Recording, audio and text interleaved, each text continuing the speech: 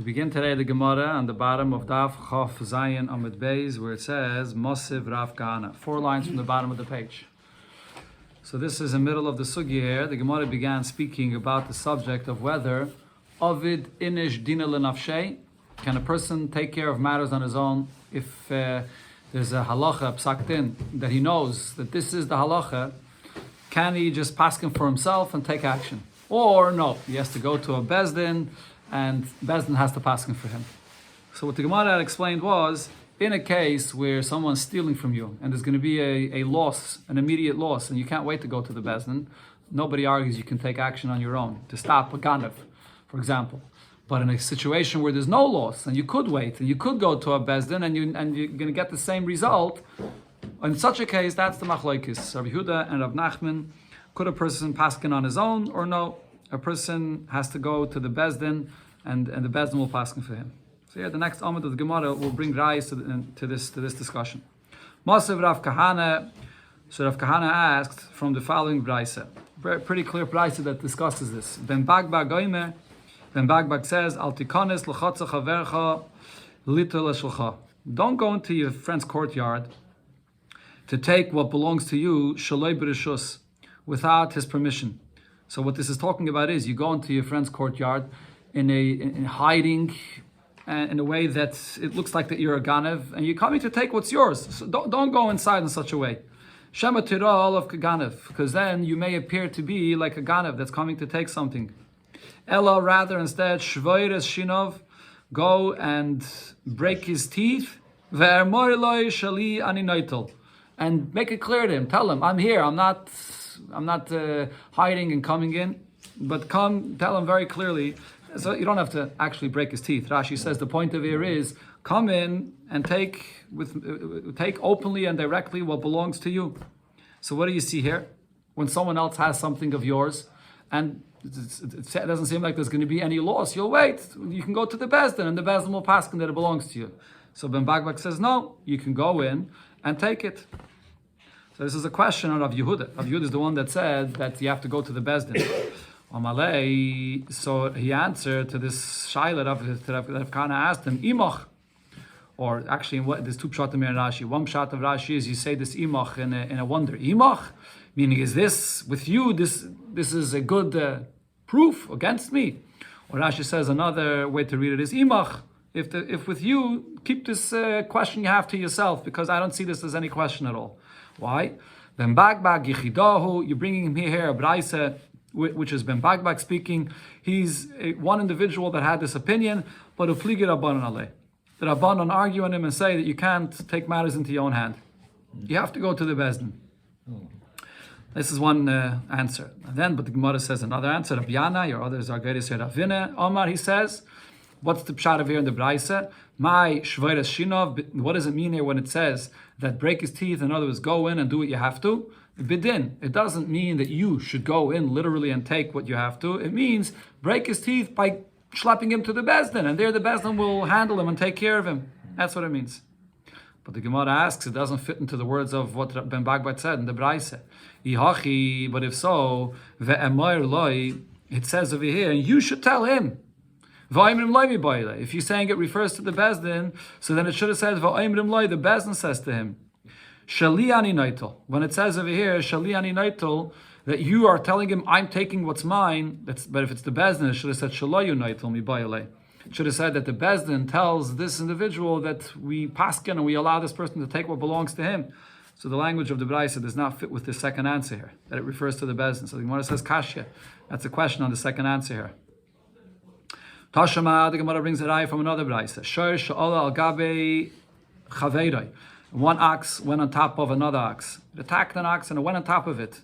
To kill it.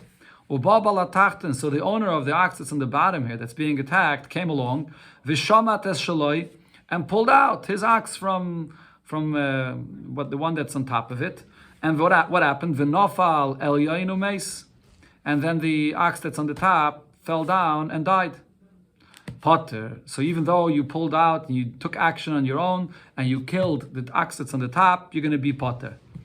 So now the Gemara here is going to discuss there could be two possibilities regarding this ox that came to and jumped on top of this ox that was here.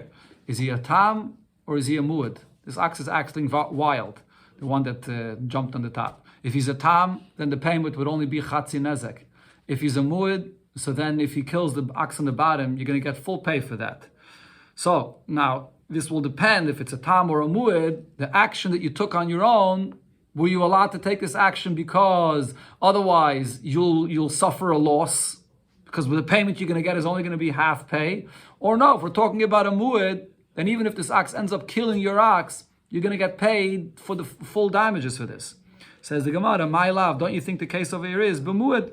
The ox that attacked the bottom ox here now is a muad. So even if it ends up killing your ox, there's no loss that you're going to suffer from this because you'll then take the person to Bezdin and you'll get full pay. And nevertheless, what does it say? That if you pull out your ox and you kill the ox on the top, so you took action on your own, took matters into your own hand, so then you're going to be potter for doing this. So you see that you're allowed to take action, you're allowed to take matters into your own hand, even in a case where you're not causing any loss. Says the Gemara, loy. That's not the case we're talking about. Bitam, we're talking about a case where the ox that attacked this ox is a tam. They keep saying that if you're not going to take him off and he kills your ox, you're only going to get half a payment. So you will suffer a loss. So in such a case, you're allowed to take action into your own hands. Says the Gemara, if that's the case, Yihachi, Eim Seifa. Look at what it says in the Seifa there of that Braisa. Doch Feilel Yoin. If you didn't pull out your ox from the bottom, but rather you went and you pushed the ox that was on the top, you pushed it off directly, umeis, and that's how it fell down and died, chayev. For pushing it directly, for that you'll be chayev. But the question is, why should there be a difference if you pulled out your ox that belongs to you, or you pushed it directly? Vi betam, if we're talking about the ox that attacked your ox, is a tam, and now if it ends up killing your ox, you're going to suffer a loss. Why should there be any difference for this? Either way, you're allowed to take action on your own and save your animal. Answers the Gemara, no. Even in a case where you're going to suffer a loss and therefore you're allowed to take action in your own hands, there still is a difference. You're still not allowed to go directly and push off another person's ox, and it's a bigger sakana by doing that, by causing that ox on the top to die. You have to pull out your ox from the bottom, and then what happens to the ox that went and attacked on the top happens. Tashema, Gemara brings another eye to this subject. Someone came and filled up your courtyard with jugs of wine and jugs of oil. Walks into your court and play, fills it up. Now you have to walk in, walk out, and you have all the stuff that are filling the place. So the owner here of this property can walk in and out. He can go out and break whatever was placed there on his way out, and he can break whatever he wants on the way in. So what do you see from this? That you can break going in, going out. So over here you see not only could he break on his way out, in order for him to be able to get out, he has to be able to break. Otherwise he has a loss, he can't get out. But even coming back in, to go back in, he could also break. So even in a situation where it's not a loss, he's also allowed to break and make a din for himself. So the Gemara says, what does it mean over here? He's breaking and going out in order to go to the Bezdin to tell the Bezdin about what this person did, that he put his jugs in his yard. Or mishaber v'nichnas, or he has to come back in also for the same purpose. Because he has to bring proof against this person. What had happened over here is, why is this person filling up his yard with his jugs? Because this person claims that this yard belongs to him. So he has to go and bring a document to prove that this is his property. So he has to be able to go in and out to come to the Bezdin. If you're not going to let him go in and out to go to the Bezdin, then he's going to have a loss. So in the case where there's a loss, to be able to break, to go in and out to go to the Bezdin, that is for sure allowed. Toshima, another ayah the Gemara tries to bring, minayin lenirtza. How do we know an Eved Ivri? So what's the halach of an Eved Ivri? He works for 6 years. If he wants to stay on past 6 years, so you bore into his ears and into his ear, and then he's a nirtza, he stays on until Yovel. So here this Eved Ivri worked already until Yovel. Now shekalu lo yamav. Now after Yovel, his days of being an Eved are over, and he has to go back home. But this Eved got comfortable by his master, and he doesn't want to leave. He has everything good. He's eating, he's sleeping, he's living there. And his master is begging him to leave, get out of here. and he doesn't want to leave. So what happened? So the person doesn't want to leave your house. He took action on his own, and he went and he pushed him, or he hurt him to push him out of the house, and he made a wound. Shu potter. So in such a case, the master that did this is going to be potter. So we learn it from a pasuk. The pasuk says, Talmud Loima, Leisikhu Kaifer Loshuv. This is the pasuk that talks about the payment of Kaifer when someone kills someone else. So there the pasuk, the simple pshat of the pasuk there is talking about the person that's going to the Ir Miklot. But the Gemara here darshans the pasuk as follows: Leisikhu Kaifer L'shav. Do not take kaifer. There's no payment. You're not going to be chayav for any damages that you cause. L'shav. What does this mean? L'shav.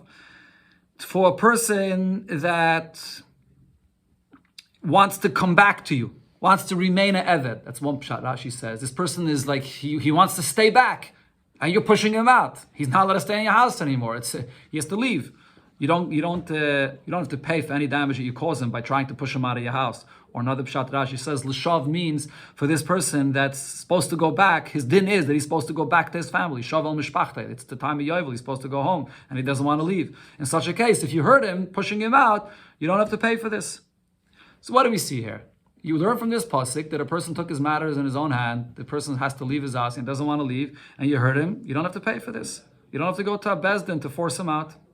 Says the Gemara, what are we talking about over here? Ba'avda ganve. We're talking about an eved that the master wants him out because he's a ganev, so you can't have him in your house. In such a case, there's an immediate loss of having this person in his house. He's going to steal from you. In such a case, you're allowed to take matters into your own hand. How could that be what we're talking about over here? Until now, this person did not steal. This person was living over here with you, and he was your eved, and so we assumed that until now he did not steal. All of a sudden now you're telling me what the pasuk, what this brayso is talking about is that this person is a ganev, and that's why you're pushing him out. How did this happen suddenly that this person became a ganev? Says the Gemara, yeah, it makes sense. Until now he was a slave. And therefore, the fear of his master was upon him, so therefore he did not steal. V'hashta, now it's yovel, and he's really free. So Leslie aims to the Rabbi, he doesn't have the same fear of his master, and not to keep him by you, you're afraid that he's going to steal from you, and that's why he wants to stay. So in such a case, if it's an immediate loss, you're allowed to push him out. Another pshat the Gemara says, Rav Nachman bar Yitzchak Kama, Rav Nachman bar Yitzchak says over here, the reason you're pushing him out is because you want to prevent him from an iser. Ve'eved shemasal rabbi shivcha kananis. We're talking about this Eved Ivri, as long as he's an Eved, so his master can marry him to a Shivcha Kananis, to a non-Jewish maid, and he lives with her, he has children with her. So Adid Nehateira, until Yovel, as long as he's an Eved, so the Pasuk says, he's allowed to be married to this Shivcha Kananis. But Vahashti Surah. But now, at the moment he's not an Eved anymore, so it's an Isser. So therefore, any Isser, you see another Yid doing an Isser, you may do whatever it takes to separate him from an Isser. So you're pushing him out of your house to separate him from doing this Isser.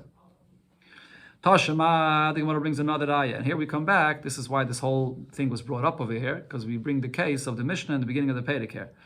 A person placed down jugs in the Rishus Harabim. Someone else walked here in the Rishus Harabim and he stumbled upon it. Vishavar, and he broke it. Potter. Will be potter for breaking it. What do you see from here? Timed the niskalba. The only reason you potter is because you stumbled upon it. You didn't realize that it was there. Ha shavra. But if you realize it's there and you want to walk through and you break it intentionally, chayev. For this you will be chayev. So what's the Gemara's question here? So Rashi explains that the Gemara is asking this based on Rav's pshat in this Mishnah that we learned before in Daf Chazayin. Rav said the case here is that this person that placed these jugs into the Rishus Harabim, he filled the whole area with jugs. The whole width of the Rishus Harabim is filled with jugs. You can't get through without breaking it as you go. So if in such a case, what does it say over here? That if you see these jugs and still you want to get through and you break them, you're chayiv for this. So here Rashi says, this and all the following questions that the Gemara is going to ask is a question on all opinions, because we said everybody agrees in a situation where if you don't take matters into your own hand, there's going to be a loss. Then you're allowed to take matters in your own hand. Here you're traveling along the street and there's a traffic and you're looking, what's the traffic? Nobody can get through because there are these jugs here. So everybody that's on the way going to work is going to have a loss. In such a case, you should definitely be allowed to take matters into your own hand. And still it says that if you see it and you go and break it intentionally in order to get through, you're going to be chayiv for this. So you see, you never could take matters into your own hand. Amar Rav Zvid, Mishmei de Rave. So Rav Zvid answers in the name of Rav, and the Gemara celebrated this point on Daf Chav Zayin. Hu adin afil shavra. When the Mishnah says that if you stumbled upon it and you didn't notice it, that you'll be pater, the same as if you saw it and you broke it because you have to get through. The Haydiktani Niskal. The reason why the Braisa says Niskal, sorry, the Mishnah that is, that Niskal, that you didn't notice it, that's only because of the Sefer. The Kabbalah Mishnah Sefer, because in the Sefer of the Mishnah it says, Im Huzak Balchavis, that if the Balchavis got damaged, in Huzak that is, sorry, the way you read it is Im Huzak, if the person got damaged, Balchavis, Chayiv Beniskai, that now the one that placed down these drugs here, he's going to be responsible for the damages that he caused you, the dafka niskal. That responsibility is only if you stumbled upon it and you didn't notice. Aval shavar, if you saw and you broke intentionally in order to get through, loy, in such a case, he's not going to be responsible for any damage that it caused you. Duhu azik nafshay, because you noticed what you were doing and you caused this damage to yourself. So in the Sefer, it is only in a case where you stumbled upon it that the master of the owner of these drugs will have to pay you for the damage. So therefore, katani reisha niskal. So in the reisha, it also use the same expression of niskal that you stumbled upon it. But really, even if you broke it, you took matters into your own hand to be able to get through, you'll be potter for breaking it. In this case, everybody agrees you'll be potter, as I mentioned, because there's a loss here. That's Rashi's pshat in this raya here. Tashema, the Gemara brings another ayah. The pasuk says v'katzaisa es kappa. What is this pasuk talking about? We had this before in the Gemara also. We're talking over here about two men that were fighting with one another, and then there's a woman, one of the wives of these men, come and wants to save her husband. So she goes and she humiliates this person. It says there in the pasuk that she went. Lashon the pasuk is v'sholcha yada v'chzika b'mavushav. She went and she humiliated this person. And in such a case, what does the pasuk say? What do you do? V'katzaisa es kappa. You have to cut her hand off for doing this. What does this mean? It doesn't mean literally, but it means mammon, that she has to pay for the embarrassment that she caused this person. So now she went and took action on her own. These men are fighting, and she goes and takes action on her own. And what does it say? She came to prevent this person is coming to hurt her husband, and she takes action on her own. And what does this pasuk say? That she has to pay for the damage or for the humiliation, the baishas that she causes. So my love, what's the case? Don't you think the case is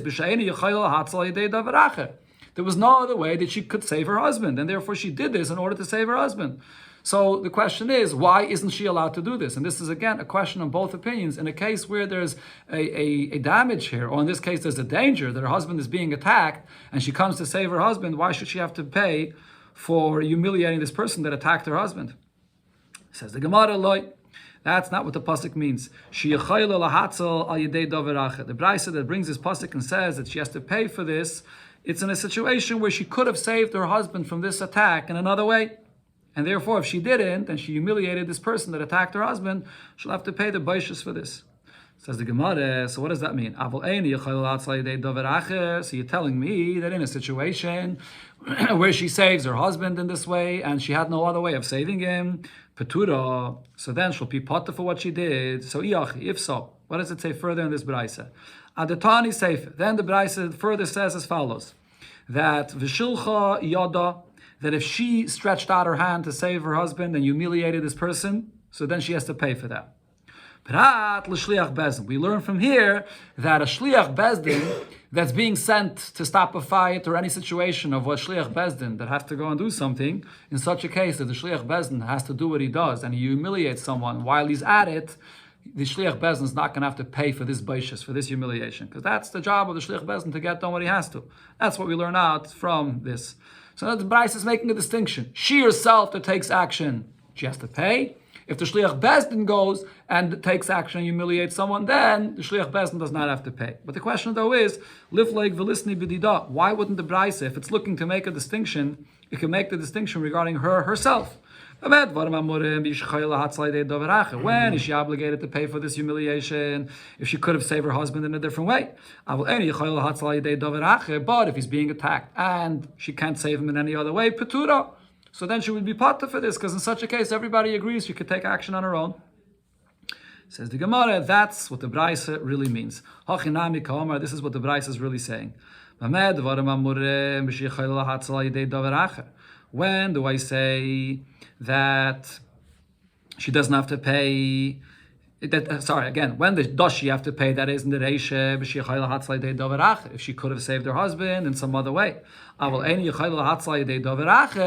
If she cannot save her husband in any other way, then nasa yoda k'shliach bezdin. Her hand, and when she stretched out her hand to attack this attacker against her husband and to humiliate him, that's she becomes like a shliach bezdin. She doesn't have to go to the bezdin. She herself could act like a bezdin at that time, upetura, and therefore she's potter for the action that she did. Tashama, the Gemara brings it out from another Braisa. It says, person owns a property, but there was this pathway that the public has that has a shortcut walking through his property.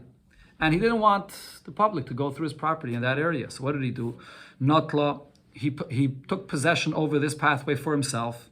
And he provided the public to be able to walk through here. He gave them a place on the side that shouldn't have to go through the center of his property. Says the Braisa, Mashanosan, Nosan. The pathway that he gave them, the new pathway that he gave them, and people began walking there. So that becomes a new pathway that's not theirs, that they have the right to walk there. But v'shaloi loy higiyai. However, what he tried to possess for himself, he cannot keep for himself. So now the question is, why not? If people want to continue walking through the old pathway, he gave them a new place to go. And now it says here that the old pathway that there was, he can't keep that for himself. Why not? If you're going to say that a person can take matters into his own hand and paskin for himself, say if so, linkit pazra, let him take a stick, and v'leisev, and let him sit there by the old path and stop people from walking there. What does it say over here? The new pathway that he gave, mashanasa nasa, meaning he gave them a fair exchange. He has the right to give them a new place, and they got a new place to go through. So if so, there's no reason why he should have to allow them to pass through his property in the old place. He should be able to kick them out. So here again, this question is a question on everybody because he's suffering a loss here. Now he not only he has one pathway they're going through, now they have two pathways they're going through his property. Why does he have to allow them to go through there if he has a loss by this? Over here, there's a gzeira mid'Rabbanan. Gzeira shem yitl lehem haklasen. Chachamim were misakin that if there was this established pathway that people went going through your property, and now you want to switch it, you want to push them to the side, we're afraid that if we give a person the right to do this, he may give them a way which is akalasain, a way going out of the way, going crooked or out of the way, and you're not going to give them a proper pathway the way they had their right until now. So therefore, you may not switch one pathway for another. What was the right to go for? Apparently, they had once the rabbin was machzik, they had a certain right to go through there. So he wants to exchange it for them. He's taking away something that belongs to the rabbin. It was a pathway for the rabbin. It belonged to them. He wants to exchange it for his convenience. So he could, if he gives another proper pathway, he should be able to. But Chachamim were geyser that he can't because we're concerned he might give a derech hakalasin. Rav Misharshi says there's no such gzeira, but rather what it's talking about over here is the other pathway that he gave them was actually a derech hakalasin. It was a detour kind of a way. It wasn't a direct good path the way the original path was, a crooked way. So therefore, in such a case, he loses that pathway. Once he gave it to them, he loses it, and the the old pathway, they can still walk through there. Ravashi says similar to Rav Misharshi, but he says even more. Kol min hatzad, anytime people the rabbim had a way to go through in the center of your field, and now you give them a way to go through on the side, that's considered to be a crooked way. Because it'll be closer to the people on that side, but it's going to be distant for people that are on the other side. A person owns this big field in the middle of a valley, let's say, owns this big field, and there's a beautiful pathway right in the center, and now you're pushing the pathway all the way to the side. So you can't do that. You're taking away the rabbin's pathway in the center. Says the Gemara, wait a minute, if that's the case, so it means that the new pathway that he gave them is not appropriate. It's crooked on the side. So if so, why is this Braisa or Mishnah here saying that this new pathway that he gave them, that what he gave them, he gave them? If so, let the old pathway be the pathway that he keeps for the rabbim, and the new pathway should still be his. It's because that new pathway is not a fair exchange, so then he should be able to keep that for himself. The lashon of the Gemara here is not clear. The lashon here, when the Gemara asks the question, "Amai shaloi lo yigiyoi," that expression goes on the old pathway, but that's not what the question of the Gemara is. Taisus here actually brings another gersa. Yochi ma shenosan nosan amai.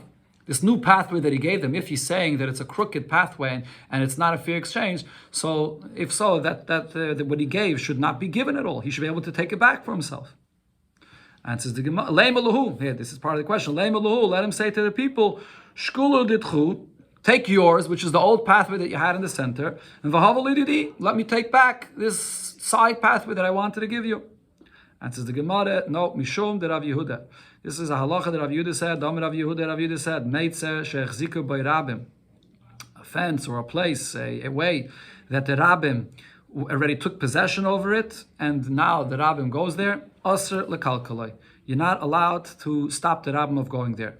Once he gave them this new pathway, and the Rabbim began walking through there, he's going to lose this pathway as well. It belongs to the Rabbim now. The Rabbim is kainet, it becomes theirs. Yes, Chacham were misaken this, that once the Rabbim go in a place, they took possession over it, it becomes theirs.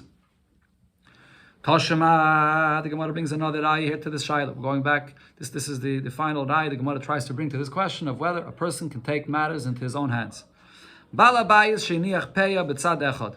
A balabayis put aside peya in one corner of his property for the poor people. That's the halacha of peya, the mitzvah of peya, to leave over for the poor people. Now, bo aniyim, however, the poor people came and natlu mitzad acher. They went and took peya from a different corner in his property. Says the Braisa, zeh v'zeh peya. Both will be peya. Both what he put aside for them and what they came and took on their own from a different side. Both will now be peya. Fragt the Gemara, why are both peya? V'i omrit, if you're going to say, that a person can paskin a din for himself. And over here again, this is a situation where you're having a loss. They took already peya from one side, and now they're coming to take a second time peya from another side. So you should be able to take matters into your own hands according to everybody. So amai zev zev peya. Why are both peya here? Link at positive alesiv. Let him take a stick and sit there by the place where he designated for peya and say, sorry, you can't take from her. You already took peya from the other side of the property. So Rava says, mai zev zev peya. What did this Braisa mean when it said that it's going to be peya on both sides? It doesn't mean that the poor people are allowed to take a double portion to take peya again. That's not what it meant. Rather, all it meant is lepaitran min hamaiser, that the peya where the aniyim took from, the halacha of peya is once something is peya, which means that now you're mafkiret, that this is going to go for the poor people. So there's no obligation to give maesters from it. So what it's saying over here is both that corner in the field which the aniyim took from will be hefker and potter from meiser, and even this original place which you put aside for the poor people will also be potter from the meiser, even though now it turns out that the poor people are not allowed to take from there, but still the very fact that you lechatchila will mafkir it for them will potter it from the meiser. And the Gemara brings the source for this, Keditanya, as we learned in the Braisa, hamafkir es karmai. A person declared his vineyard to be hefker, ownerless. Then vehishkim ba'boiker, he gets up in the morning, ubatzrei, and he goes and cuts the grapes for himself in the morning. So he was mafkir it in the evening, but then in the morning he repossesses it. So now that he repossessed it, chayiv beperet or ba'eilulis or b'shikcha, he's going to be chayiv to give all the different halachas of peret, eilulis, and shikcha, the various different grapes that don't grow in the usual way, and shikcha, what's forgotten that he has to give for the poor people, or bepeya, and you're chayiv in the midst of peya as well, because this is not really properly hefker here. He repossessed it. Ashi brings that even though originally he was mafkirit, but there's a pasuk tazev, there's an extra pasuk tazev that even here you have the obligation to keep all this for the poor people. But upatim and a meiser. When it comes to the obligation of giving meiser, though, over here you don't have that extra pasuk. So over here, even this hefker, which is not really a proper hefker, because you're repossessing it, or in our case where you declared it to be peya, but then the poor people went somewhere else, so it's not really going to actually be peya. But nevertheless, the fact that you declared it originally to be peya, that's what the Braisa meant, that it's both going to be peya in the sense that they're not allowed to take the maisa from there. But you could stop that there's no maisa. You don't have to give maisa there. But you could stop these poor people from taking peya that doesn't belong to them. Because avadin is dinal nafsheya, for sure in a case where there's a loss. I mentioned yesterday that the halach is, even in a case where there's not a loss, of a dinish dinul and afsheit. That's how we paskin, like Rav Nachman.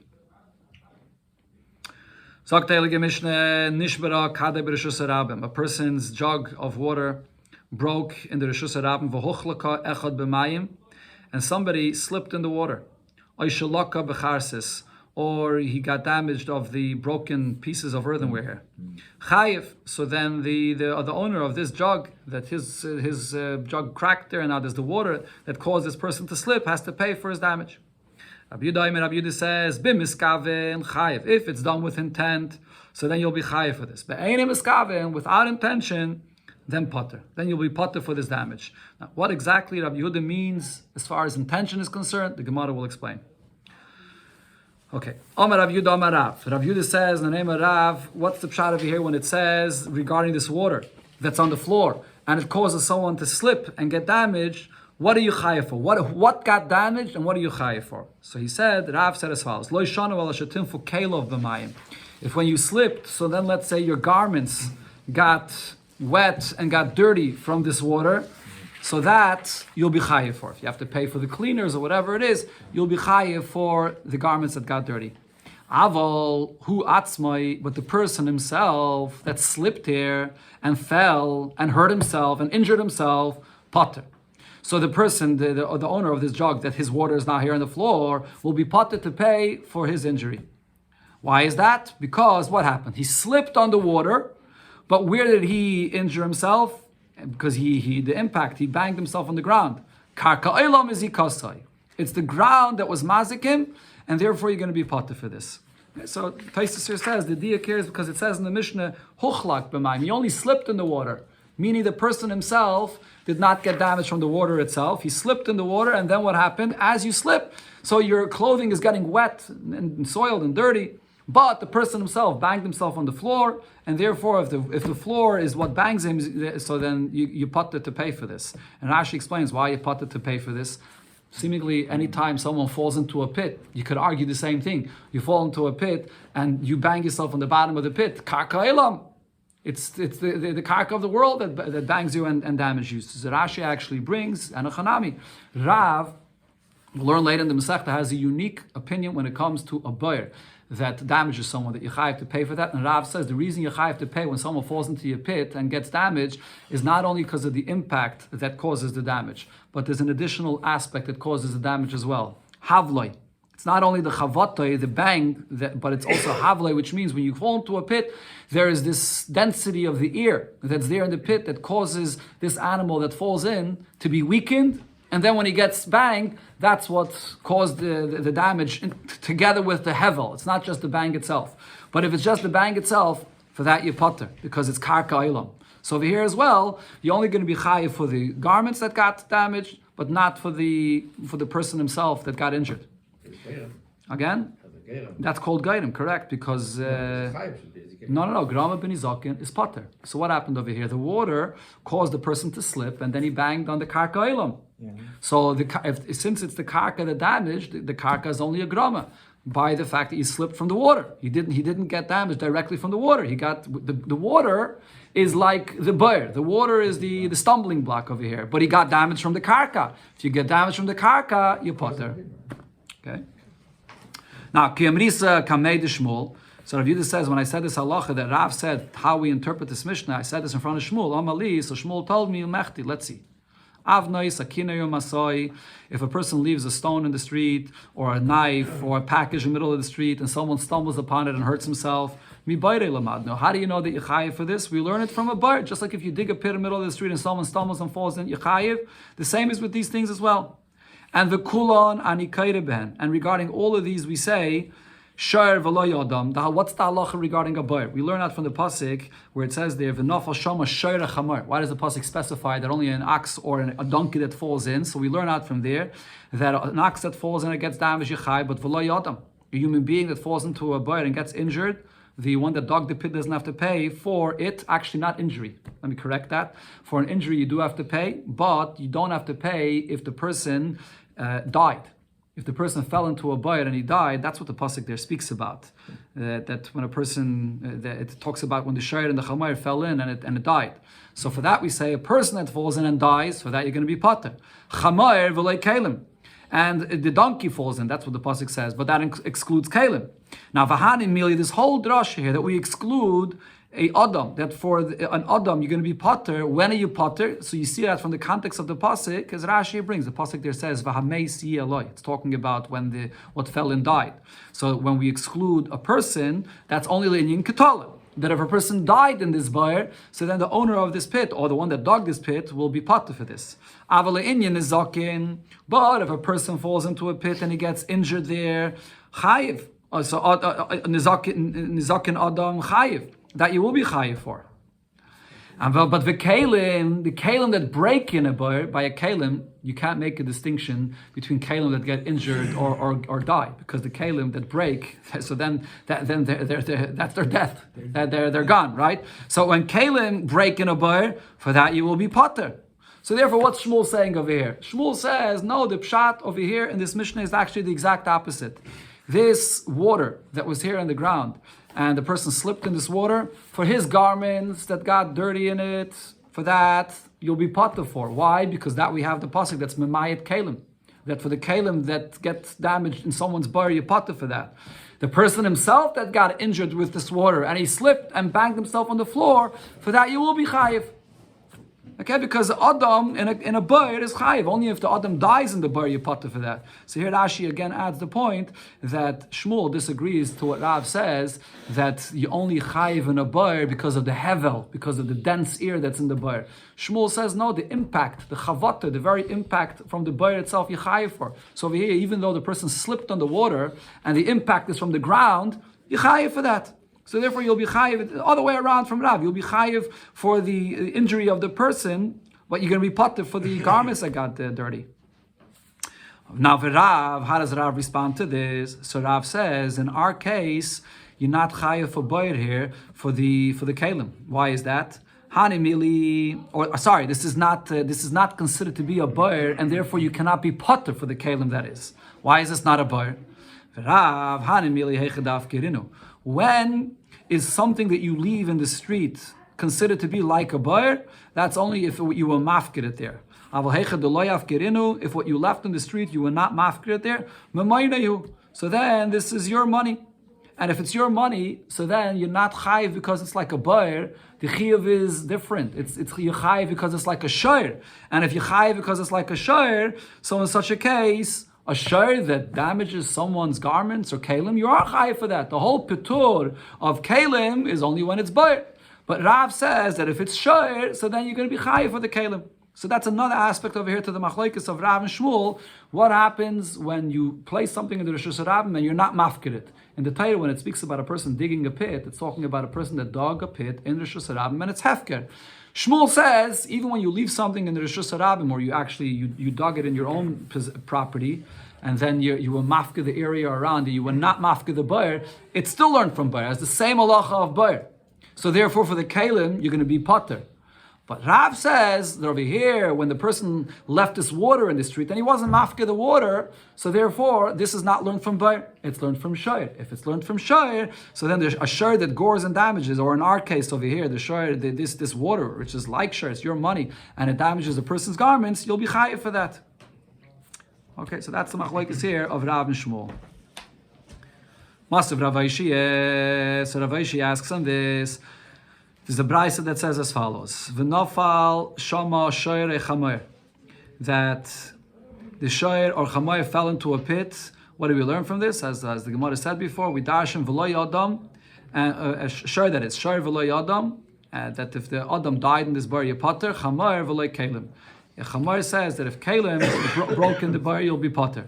You can't know from where we learn out. If a shayr falls into a pit, v'kelov, and the shayr fell into the pit together with his kalim. What are the kalim of a shayr? He has a yoke upon him that you usually use an ox to plow, and that all cracked and broke, v'nishtabru, and it broke. Or chamer, a donkey fell into the pit, v'kelov, and together with his kalim. What are the kalim of a chamer? The saddle that it has on it, v'niskaro, and a tor. Chayev ala beheme, you chayev for the beheme that dies there. But upatar ala kalim, you'll be pater for the kalim that broke. And then the brayso continues and says, what is this bar compared to? It's like a person that put a stone or a knife or a package in the Rishus Harabim, vehiziku, and they damaged. That over there you're also chayiv. So the Gemara immediately clarifies what this brisa means. How is the brisa saying that Bair is compared to placing a stone in the Rishus Harabim? Bair is what it says clearly in the pasuk. Adarabbe, ma daima lezemi baile. The brisa should be saying, what could I compare to the Bair? The Bair says clearly in the pasuk, and then it should be saying that Avnei Sakinim Masai is compared to the Bair. So the Gemara clarifies that's the way you're supposed to read the brisa. Elamai daima lezeh. What is compared to this Bair here? And that is Avnei Sakinim Masai shenicham Rishus Harabim v'hinichu. That if Zizika, that if you leave your stone, your knife, or your package in the Rishus Harabim and a damage, you're chayav for this. Now, then the brisa continues and says, Lefichach, therefore, imitiach tzleichisai be'even, if you were walking in the Rishus Harabim and you tripped upon something, and then let's say you're holding a jug in your hand, and now it cracked on a stone that someone left there in the Rishus Harabim, chayiv. You're going to be chayiv for this. Okay, so now the way the Gemara understands this brisa is that both the Reisha and the Seifa, both parts of the brisa are talking about a case where the person was not mafkir this Bair or this Even that he left here in the Rishus Harabim, he was not mafkir it. So if so, says the Gemara, Reisha kashil Rav. In the Reisha that it says that even though you were not mafkir it, nevertheless we treat it like a Bair, and therefore you'll be potter for Kalim. That's a question on Rav. Rav says when you're not mafkir it does not have the halacha of Bair. Then it has the halacha like a shir, and you chayev for a Kalim. And the Seifa kashil Shmuel, and the Seifa is the question on Shmuel. The Seifa says that your tzleichis, which is a keli, and it broke in this stone that was not hefker, and you're going to be chayiv for that. So that's a question on Shmuel that says that this has the halacha of a Bair, and you should be potter. Says the Gemara, okay, you're asking a question on Rav and on Shmuel. The Taimech, you're according to your reasoning that you're asking here this question. Tikshel achi gufa, you should ask on the brisa itself. This brisa is contradicting itself. Ella, says the Gemara, Rav, sorry, there's another two words over here. Reisha potter, the Seifa chayiv. The Reisha says that you're going to be potter for the kalim that got damaged, and the Seifa says that you're chayiv when your sleichis, when your keli gets damaged here. So either way, there's a contradiction here in this brisa. Ella, says the Gemara, Rav metaretz l'taimei. Rav will explain this brisa according to his opinion, and Shmuel metaretz l'taimei. Shmuel explains it like his opinion. Rav metaretz l'taimei. Rav explains this brisa as follows: that there's a difference between the Reisha and the Seifa. Bamed dvarim amurim kesheif kiran. The Reisha of the brisa, when it talks about the Bair, and then it also talks about Avnei Sakinim Masoi, that a person placed down there, and it says you potter from Kalim, that only applies to a Bair, and when is that? Kesheif kiran. If you were mafkir it, then according to Rav, it's a Bair. Avalayev kiran, if you were not mafkir what you left in the street, then chayiv. Then if it damaged Kalim, you don't learn it from Bair, you learn it from Shor, and you'll be chayiv for the Kalim. And lefichach, that's what the brisa continues and says, that if you slipped and now your tzleich is broken, this stone that is not hefker, chayiv, so you're chayiv for this. That's Rav's explanation. Shmuel metaretz l'taimei, and Shmuel explains this brisa according to his reasoning, and he says as follows: Hashad amrit, now that the brisa says in the Reisha, Avnei Sakinim Masoi kebayrei dami, that if you leave your stone or so on in the Rishus Harabim, and you were not mafkir it, even though you were not mafkir, it has a halacha of a Bair, and therefore the Reisha of the brisa says that for Kalim you'll be potter. But Rabbi Yehuda, however, the Seif of the brisa is saying it's a different opinion. According to Rabbi Yehuda, the mechayev al niskei Kalim b'Bair, Rabbi Yehuda disagrees with this. Rabbi Yehuda says, we had this before already, Rabbi Yehuda holds that even for Kalim you'll be chayev in the Bair. Lefichach, therefore, yitiach tzleichisoi be'even chayev. If your tzleichis, if your jug breaks in this stone, you'll be chayev for this, according to Rabbi Yehuda. Now, the Gemara clarifies one more thing. Let's finish with this thing over here.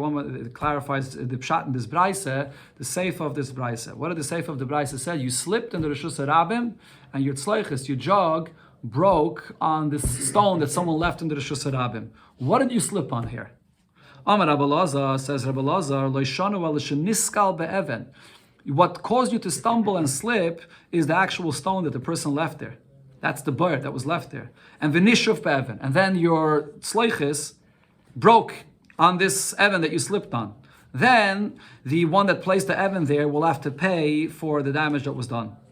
Aval niskal bekarka. However, if the person slipped on the karka here, so it's not the bar, not this evan that the person left there. You slipped on the karka, and then v'nishuv be'evan, and then your tzleich is broken this evan. In such a case, potter. In such a case, you're going to be potter. Says the Gemara, Kaman, according to whose opinion is going like The like Rab Nosson. This is not following Rab Nosson's opinion.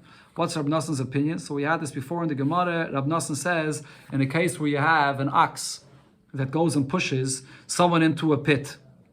So what does Rab Nosson say? That in such a case, that both are going to be chayiv. The one that the Bala Bair is going to be chayiv, and the Bala Shir is also going to be chayiv. Both. Even though the ox is the one that pushed him. So he's the one that really caused the whole damage.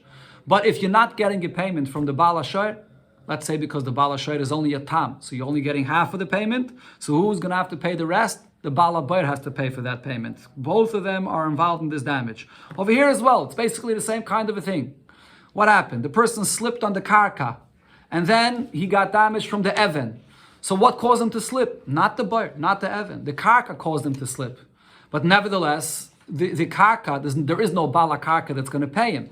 So therefore, who has to pay him? The one from the Bair is the one that has to pay him. Right?